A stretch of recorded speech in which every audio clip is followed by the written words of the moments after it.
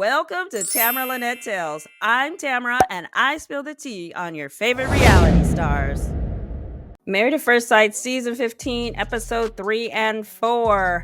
I'm back! For those of you that didn't see my last video, I've been on vacation in Mérida, Mexico. It was an amazing trip, like muy bueno. I documented it, so I will be sharing it with you soonish. In the meantime, I'm all caught up on the 2 current episodes. The wedding episodes are quite repetitive, like Alexis has turned down 3 half-ass proposals, Lindy grew up sheltered, Justin is tall, blah, blah, blah. But with that said, let's get into the highlights.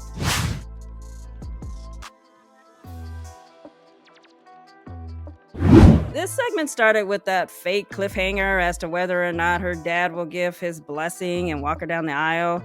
In the end, he said go for it. Okay, whatever, so what? Meanwhile, Mitch is complaining about anything and everything. No one can tie his tie. He wanted his day to be low-key. He doesn't like big weddings. Child, you're only allowed to invite 20 people each. That ain't big, especially when someone else is paying for it. For the little white elephant gift exchange, Mitch gave Krysten a plant and production threw in the ring. Now, Krysten got all misty-eyed because she got stuck with the bill for her last wedding ring. Girl, from what I've seen so far, you're better off paying for your own ring and finding your own man, because this groomzilla they got for you is spitting bad vibes all over the place. Anyway, Mitch, his mama, and his Band-Aid walked down the aisle, right? Then her mama came sashaying down the aisle in her little hot pink lace dress, and Mitch got a little excited, like, is that my bride? The officiant was like, dude, that's her mom. But now you see what you have to look forward to. Krysten seemed super excited to meet Mitch, and Mitch seemed lukewarm or very nervous. Now, they showed her telling him that he looked incredible, and he said thank you, but no reciprocation. Mitch's family and friends said he's a surfer, environmentalist, super close to his nieces. Krysten's people said she loves her dog Luna and that Krysten is strong, loyal, spontaneous, and adventurous. Now, they exchange decent vows, yada, yada, yada. After a while, they all start to sound the same. There's only so much you can vow to a stranger. After the wedding, Mitch seemed very aware of the cameras and looked into them a couple of times. Mitch talked about his work as an environmentalist, and Krysten assures him that they are aligned because she recycles and uses the same water bottle. Ah, bless your little heart, girl. That's like if he was a personal trainer and she said they are equally yoked because she never parks near the door when she goes to the store and doesn't eat carbohydrates after 6. Like, there's a little more to it than that. Anyway, Krysten is all excited because she's 100% attracted to him, whereas Mitch was like, meh, she's pretty, but I'm not attracted to her. I'm more attracted to a woman's lifestyle. I'm not into women who get all dolled up. I can't wait to see her in her natural state. Says the only man in the room wearing a tux. Freaking hypocrite. Why didn't you show up in khakis and flip-flops then? He didn't seem mentally prepared for this day, like, at all. It's her wedding day, Mitch. Many women wait their entire lifetime to wear a wedding gown and get the most dolled up they will ever be in their life. You and your Band-Aid need to lighten the hell up. So they have their first dance, and Krysten is excited and positive while Mitch complains and pays her backhanded compliments. He's like, this is so overwhelming, but I'm happy that you took off your shoes because the heels and the dress were too much. And I think Krysten was too hyped to tune in to the gist of what he was saying. She was like, yeah, totally. You know, when you're like trying to say something and the other person is yang you to death, like they got it, like, yeah. That's what she kept doing. She didn't seem to be catching the negativity behind what he was saying to her most of the night. So to the confessional cam, he says that he likes her more after she took off her heels, and her dragging around that wedding dress was stupid. He said he understands that this is what weddings are all about, but he just wants to chill. Dude, then why not lead by example and chill out? Or better yet, go on a different show. Isn't it Shark Week somewhere? I'm sorry, but I am not hashtag Team Mitch. Their wedding cake was organic, according to Mitch, but it looked like some material wrapped around a pole with some flowers hanging on for dear life to me. So Mitch sits down with Krysten's mom and she asks what his first impression of Krysten was. And he rambled on about how he saw the mom walk down and was happy because she's beautiful and wasn't wearing a typical wedding dress. And then was like, dude, it's her mom, bro. And then he said that he doesn't believe in that love at first sight stuff. So, yeah, that's a story you tell your friend. No mom wants to hear that from the groom at her daughter's wedding, bro. So Mitch went on to say that he's more project-based than money-based. I'm not mad at that, depending on what that lifestyle feels like. We're not about that struggle love, though. Once they make it to the hotel room, Mitch is talking to the confessional cam about when he goes on dates. They're usually dressed nice and looking their best, but now he's got to get ready for bed, right? And will be looking a mess and brushing their teeth in front of each other. Okay, Mitch. 1 minute you're turned off by how dolled up she is and would prefer to see in her natural state, but now you're uncomfortable with you guys seeing each other in your natural state. Dude, pick a side already. So the next day, Mitch met with Krysten's mom and friends. Her mom asked, what are your intentions with my daughter? And he rambled off some stock answer like giving her my 100%, giving her the best version of myself at all times, making her happy and living up to my vows. Now, to her family, he claims the reason his previous relationships didn't work out was because he wasn't being true to himself, and that the truth is that he's a closeted environmentalist. No, that's the reason your last job didn't work out. The reason your relationships didn't work out is because you're not comfortable in your own skin and afraid of commitment, sir. Krysten met with his mom, brother, and sister-in-law. She talked about how ready she is to finally meet her person, fall in love, and settle down, and rainbows and butterflies. Child, his family brought her butt back down to earth quick. His sister-in-law said that he can lash out and say hurtful things due to his pride, and that's why we used to butt heads a lot. His mom said, yeah, he's brutally honest. His brother was like, I'm worried that he will hurt your feelings. And the sister was like, yeah, that's what I'm saying. He can piss you off. He's proud and he can be like a jerk sometimes. At first, Krysten was doing her yeah thing, like, yeah, of course.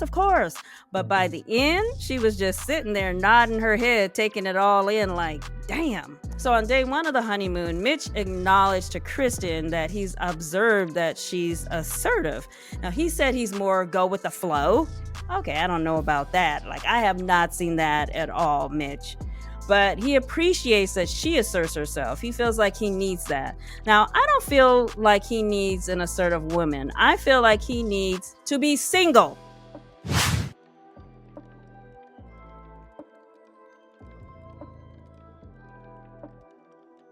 They have their photo shoot and the photographer posed them in odd poses and took mediocre pictures. Now, the first dance, Lindy is like, teach me the ways of your people as I've never slow danced before. Okay, girl, but you've seen people dance before, right? Like, have you ever watched TV, a movie, TikTok? Like, you were sheltered as a child, but you're a grown woman now. Meanwhile, during the dance, they had these huge orange sniper dots on their arms.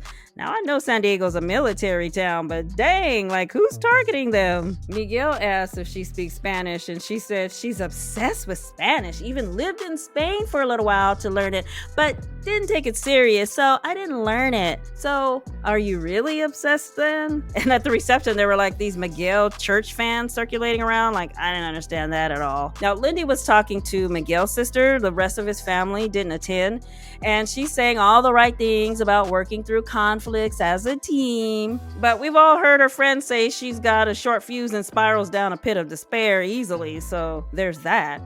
Now, the sister said they grew up with no parents, pretty much, and their mother wasn't there, and their father was not in a good place.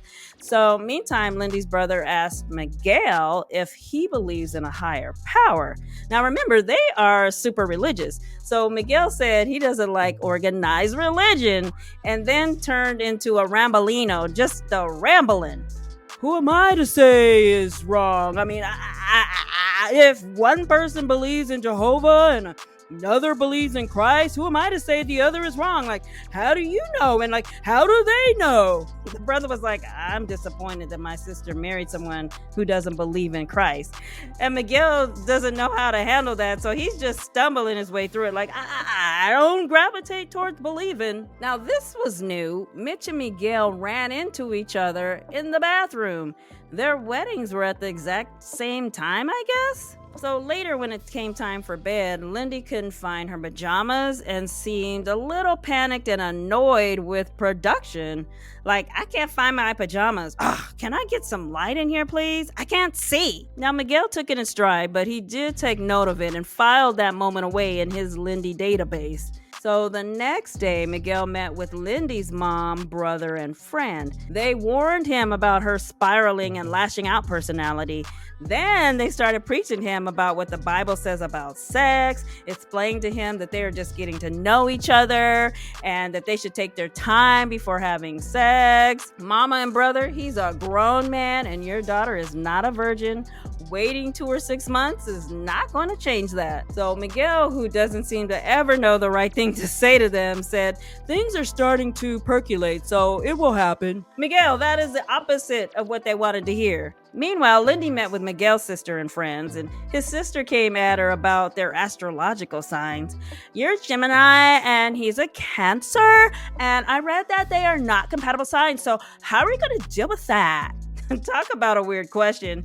She just married a guy that she doesn't know, and you're concerned about their stars not being in alignment? So Lindy went on to share that she had some serious student loan debt, and the sister's like, I'm not trying to see my brother a burden financially. So when they met back up to talk about their family meetings, Lindy told him about her student loans. So to the confessional cam, he said that he never wanted to be a sugar daddy and hopes that she has a game plan to pay off her loans in a timely manner, and this could be like a game changer for him. Now, I get it because he's in a different place financially. He's probably like been there, done that. But child, her telling you about her debts and her asking you to pay off her debts are two different things. But experts do like to ignore finances though. So hopefully this won't be a case where she's super broke and can't do her part in this relationship. So Lindy was a little uncomfortable about her debt and rambled on and on about how she doesn't want him to feel stressed about her debt, see it as a red flag, feel like he has to work all the time, and they are in her name so he doesn't have to worry. So the way she carried on about it not being a problem kind of made it seem like it's gonna be a problem. So watching her spiral a little bit about this, Miguel said that when she gets into her little stressed out state of mind, he doesn't see it as a red flag yet, more like a magenta flag. So far, these two really seem to like each other and are very attracted to one another. Now, I'm curious to see how he handles her spiraling, though, as time goes on.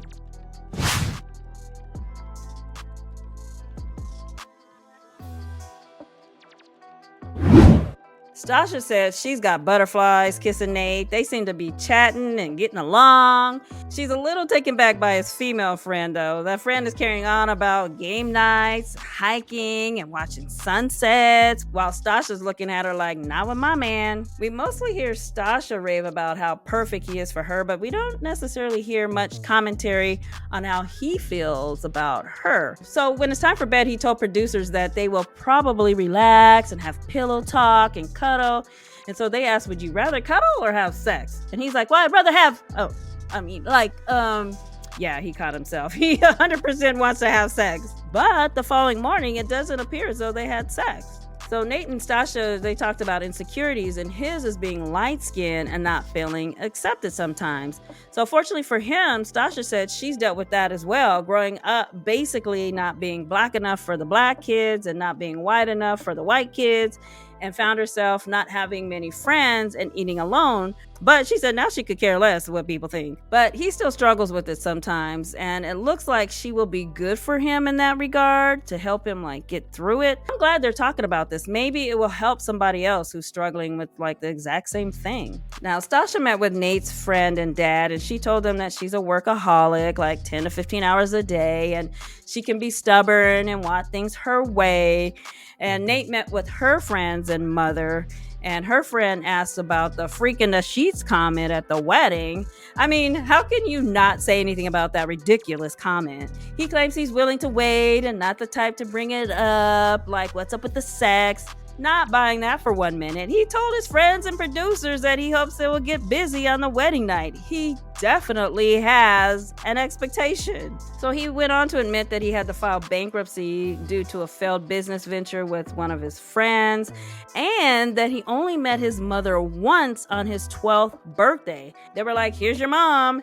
And he said she was like this short Korean woman who just said hi, gave him a hug, then left with like no emotion. So as a kid, he always tended to gravitate towards friends who had like a mom and dad at the home. So there's a lot to unpack there. I hope he's done the emotional work, which no one on this show seems to do, and has healed his past. Now, on night 1 of their honeymoon, Mr. I'm not the type to bring up sex says he's hoping that they will consummate their marriage during the honeymoon. So to save water, he suggests that they take a shower together. Aw, wow, looks like Mitch and his environmental ways are already rubbing off on him. Isn't that great? Dude, please. That is such an amateur line to get her clothes off, but hell, it works, so what am I saying? Supposedly, they're butt naked in the shower, making out. He's standing in front of her, holding her leg open. Okay, I see you, Lifetime, in your soft porn.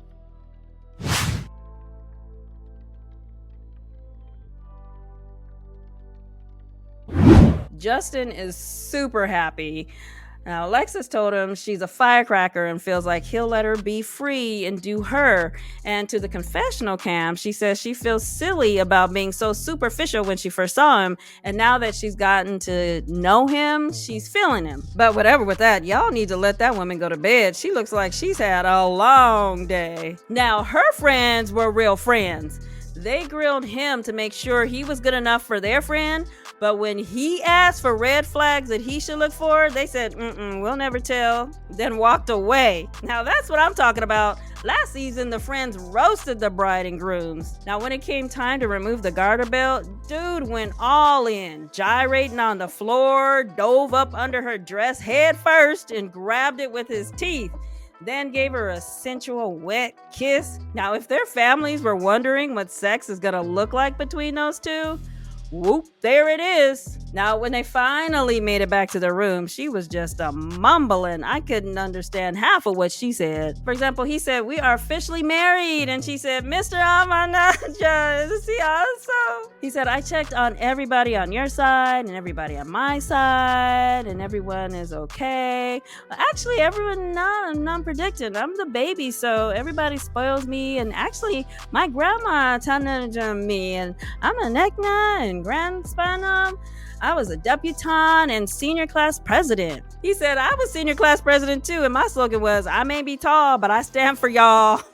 She's like, "Oh God." Then he asked her what was her first impression, and she said, "Oh crap, I definitely saw him on Hinge. I was like, oh nah, I've seen him before." And he was trying to say, "Are you sure it was me?"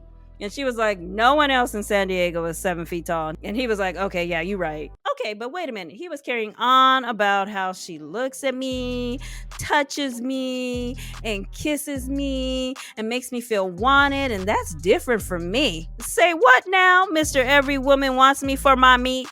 The man who had to go celibate because women always want him for sex isn't familiar with what it's like to feel wanted by a woman? This math ain't mathin' for me. So after he helped unzip her dress, he spoke to the confessional cam and said, "After seeing her, it's gonna be hard to maintain celibacy, and my dick is hard as a rock. I ain't even gonna lie." Now you all know that if Alexis heard that, she'd say, "Boy, the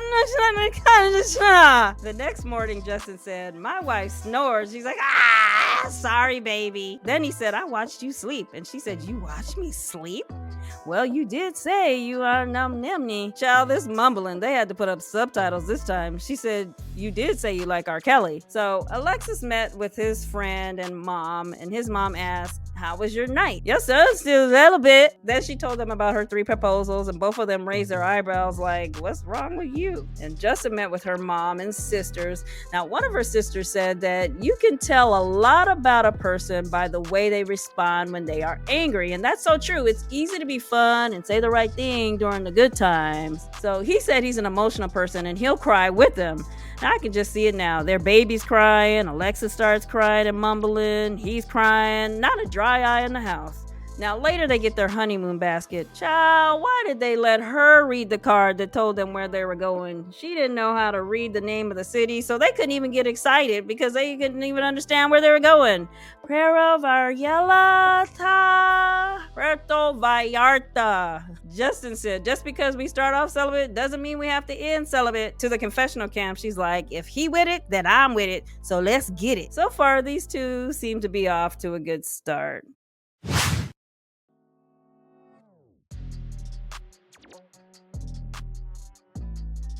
The couple sit around and talk about their first impressions of their spouse when they first saw them. Miguel already made a move on Lindy and she shot him down. Like, so much for listening to her mom and brother about waiting. She said she wants to get to know him, which makes sense. Simmer down, Miguel. Now, 3 of the 4 couples seem to have a lot of sexual tension and are forcing themselves to wait to get to know each other. But as for Mitch and Krysten, it's like, who invited this guy? And for some reason, Justin felt the need to share with the group that when he woke up this morning, his dick was super hard. If we took a shot every time that man referred to his snickerdoodle, we'd be passed out drunk.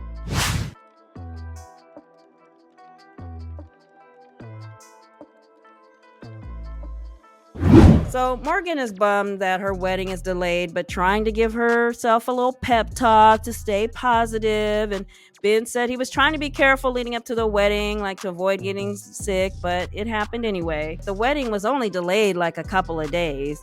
So he finally tested negative for...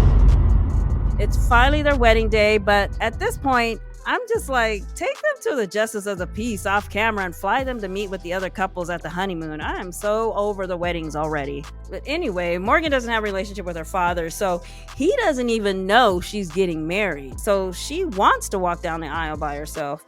Now, for her wedding gift, Morgan received Pastor Cal's book. Now, I have a feeling that Ben was too sick to shop for a present, so production came up with that idea. Like, it was between that or a Married at First Sight coffee mug. Now, once they made it down the aisle, they both seemed happy with each other.